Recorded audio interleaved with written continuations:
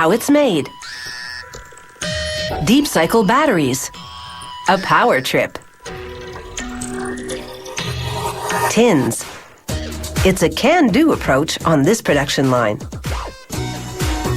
And optical lenses. Making them is a matter of focus. We bring you a special two-part report.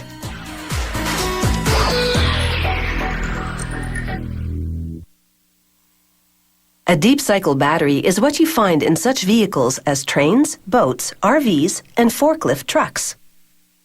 Whereas a car battery provides a quick surge of current to start the engine, a deep cycle battery provides a steady amount of current over a long period of time.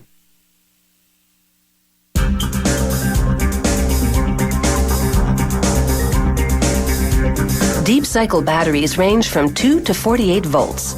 Their power is generated by cells, a group of lead plates coated in lead oxide and acid. This casting machine produces lead grids that will become the plates in the power cells. The machine pours molten lead into grid-shaped molds. Water circulating through the mold hardens the metal in just 5 seconds. The machine casts two types of grids, negatives and positives. The next machine coats the grids with a chemical paste that contains lead oxide and acid. The positives get one paste formulation, the negatives a different one. The grids are now called plates. Workers stack them in cases, alternating positive and negative, then drop them into tanks of sulfuric acid to charge. The lead oxide and acid in the paste store the power. After charging for 24 to 72 hours, depending on the model, the plates go into a machine that washes them 3 times to remove acid residue, which, if left, would corrode the metal. The charging process blackens the plates, which are now called dry charge plates. A machine wraps each positive in glass strand matting, an insulation material similar to fiberglass, then in a plastic envelope. These coverings protect the plates from short circuits. Workers stack the plates again. Positive, negative, positive, negative. This time, though, each stack contains a specific number, from 5 to 33 plates, depending on the battery model. Each stack will become one cell. A cell provides 2 volts of electricity. Each plate has a tab. A robotic machine cleans the tabs with a wire brush and a chemical solution called flux. Then it dips the tabs in molten tin. This tin coating will improve the bond when they solder the tabs together. The robot wipes the tabs on a flux-imbued sponge to clean their surface once again, then drops the cells into a mold containing molten lead. This solders the tabs together, bonding the plates within each cell. The process casts 2 lead posts on the cell's positive side and 2 on its negative side. These posts will connect the cells and build the required voltage.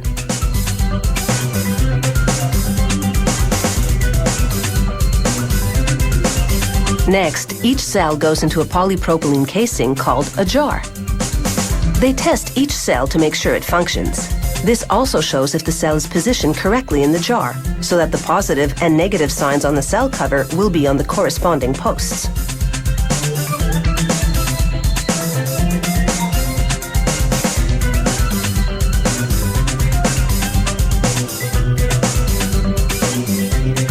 They heat seal the cover and seal the protruding posts with lead. To test the seals, they pump air into the cell, then brush soapy water over the cover. Any bubbles indicate a gap to be resealed.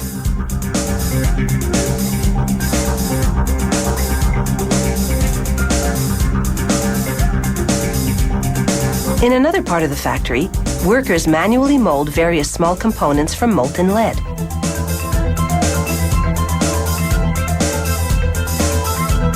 Among those parts, the connectors that link one cell to another.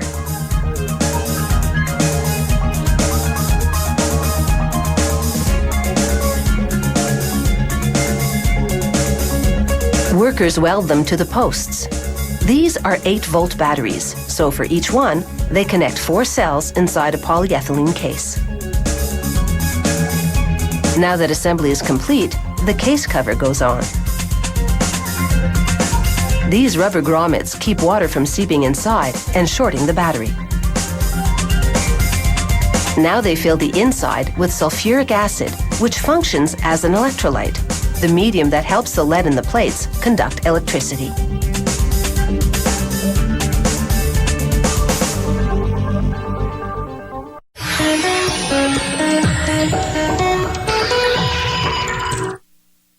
The tin can was invented back in the 1800s to preserve and protect.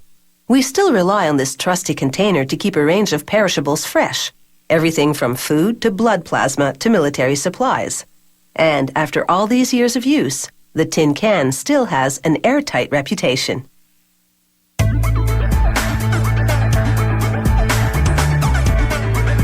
It's time to lift the lid on this traditional container and get the inside story from the factory.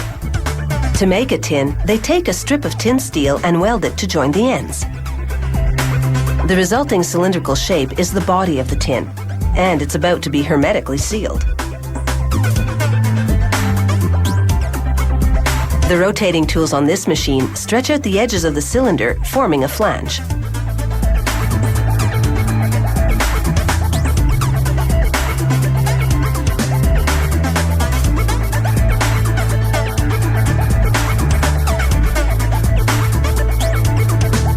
They top off the tins at this station, where a spinning head presses the cylinder into these lids. It simultaneously rolls the flanged edges together to make an airtight seal.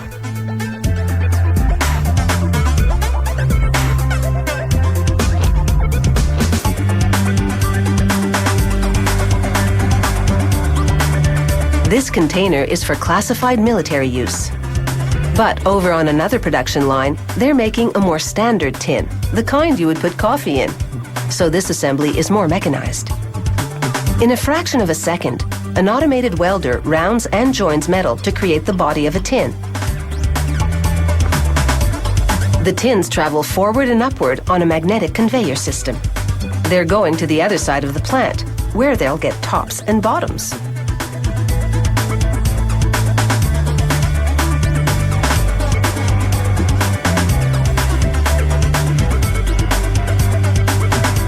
This kind of tin has a reusable slipcover lid and gets some decorative work.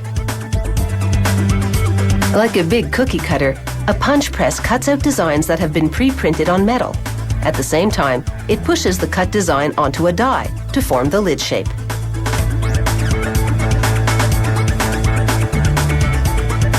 A magnetic conveyor pulls them forward and flips the lids to stack them for packing.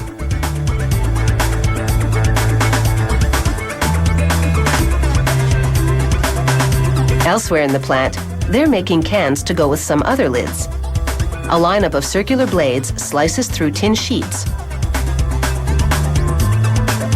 The cut pieces accumulate in stacks.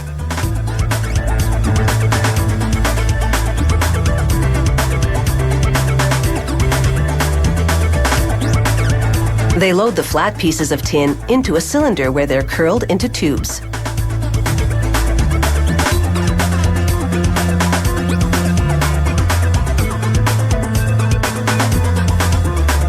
As they exit, robotic arms make seams in the rolled tins and a press applies force to lock them. This lock seam is an alternative to the welded one we saw earlier.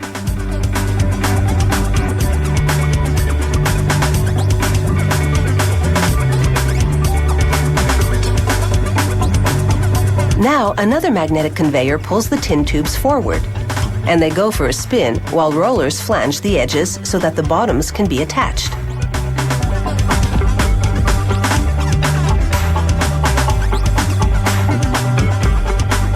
Then, a punch cutter makes the bottoms, making sure to recycle the scraps. The can bottoms spin out of the punch cutter before landing on the next magnetized conveyor.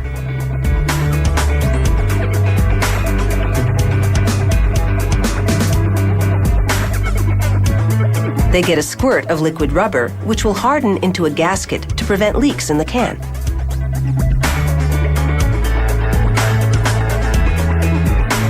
A folding machine now locks the bottoms to the tubes as they spin.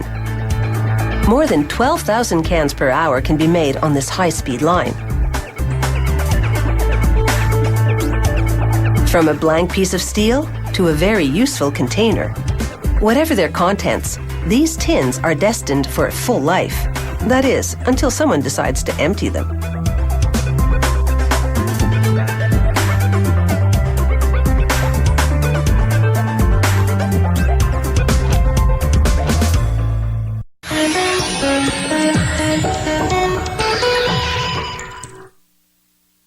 It's time to turn our camera's eye on the camera's eye. Optical lenses are really several lenses combined into a single unit. Together, they recreate an image by bending light rays so they converge into a common point, called the focal point. You get the picture.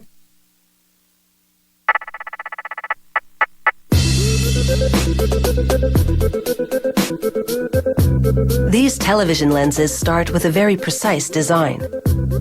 A diamond blade slices up a block of specially selected optical glass, while coolant prevents the blade from burning it. The slices then go under a diamond drill, which cuts several puck-sized discs from one glass slice. The operator is careful to keep waste to a minimum. Optical glass costs up to $1,000 per kilogram.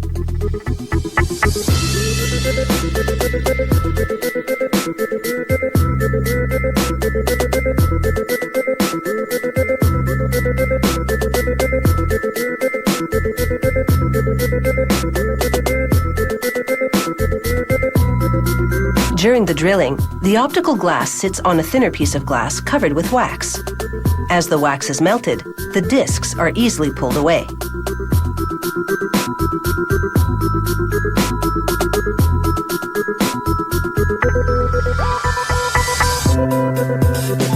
Next, a device spins one of the discs while a wheel overhead sculpts it into a lens.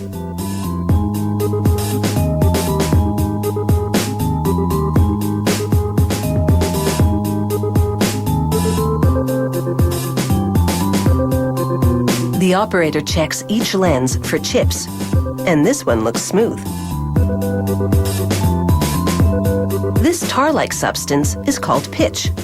The edges of the lenses have been built up with tape to contain the pitch. They completely coat the underside of the lens with it. Several pitch-covered lenses are now in a metal shell.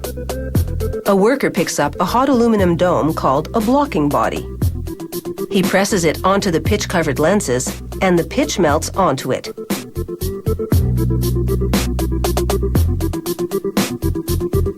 Dousing it with water causes the pitch to harden, sealing the lenses to the blocking body.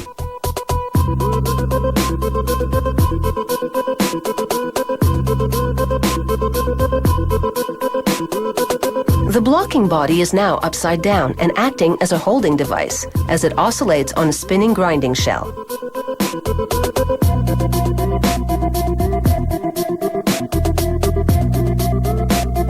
The grinding makes the surface of the lenses uniform and smooth.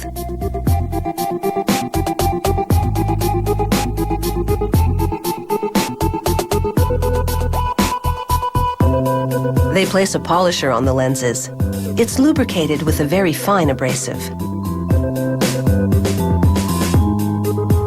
For about an hour, the polisher oscillates while the block spins. Polishing makes the lenses smooth and transparent. It also gives them an even more curved profile.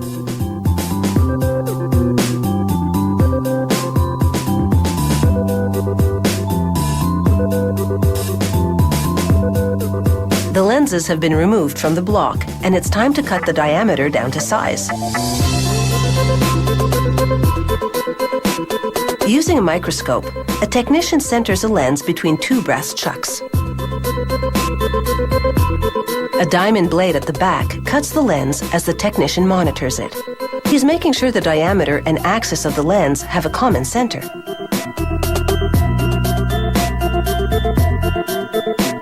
Next, they group some lenses on round racks called planets. Their universe is a vacuum chamber.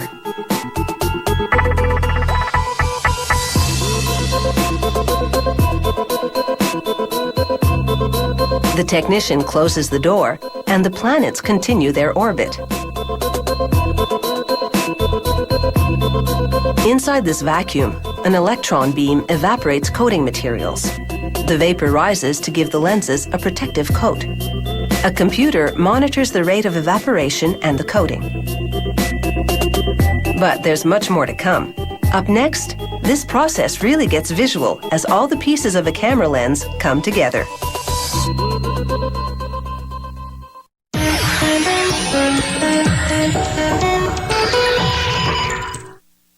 The optical lens is the ultimate image maker.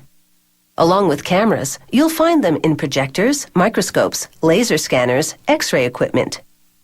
They give us a close-up view of so many things, it seems only appropriate that we take a close-up look at the optical lens itself.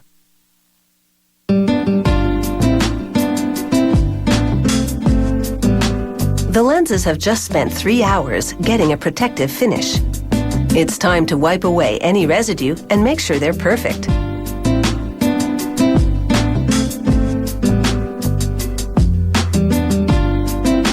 This particular lens is concave.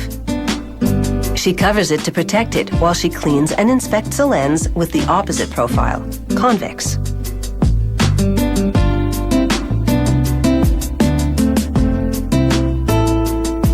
Then the convex lens goes to another technician who places it in a holding device. He looks into a microscope and adjusts the position of the lens until it's optically centered.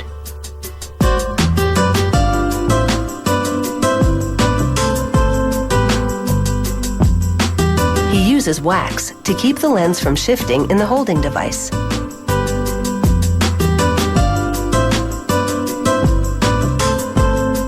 They give the lens another cleaning. Each one must be absolutely spotless before they proceed to the next step. Otherwise, dust particles could become trapped within the optical system and affect image quality. Now that the surface of the convex lens is immaculate, she dabs optical cement onto the center of it.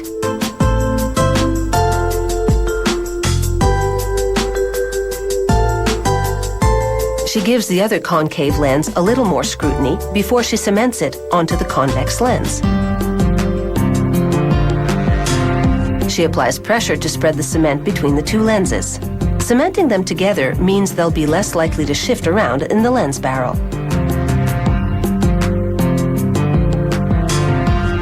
She checks for dust one more time. Then it's under the microscope for an optical alignment of this double lens. Because the cement isn't yet dry, he can push the top lens around and adjust its position. Next, they prep the barrel that will hold the lenses. The technician traces out lettering using a stylus, attached to a sharp tool that engraves information onto the lens barrel.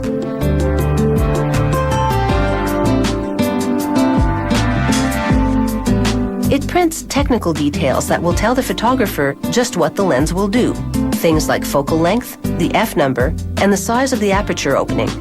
These reference points allow the user to pull a picture into focus at the desired magnification.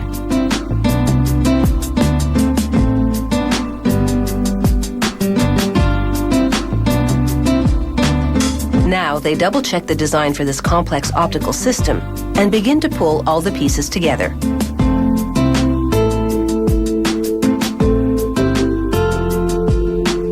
This singlet, or single lens, goes into the metal barrel first. Other lenses with various curvatures and dimensions follow.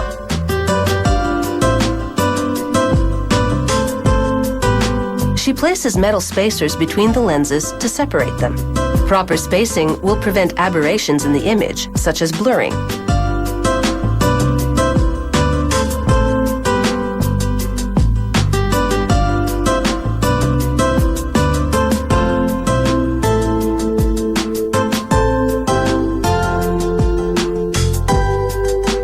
Between installations, she covers the barrel with a piece of lint-free plastic because eliminating dust continues to be a necessity.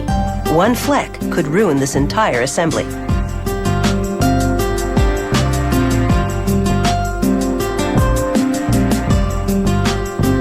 Using tweezers, she coaxes the last lens into the barrel. She installs a retaining ring to hold the stack of lenses down. Then she locks it into place. There's one final inspection. She examines the assembled optical lens from all angles. It takes a total of 6 weeks to make one of these optical lenses, and in the end, it's picture perfect.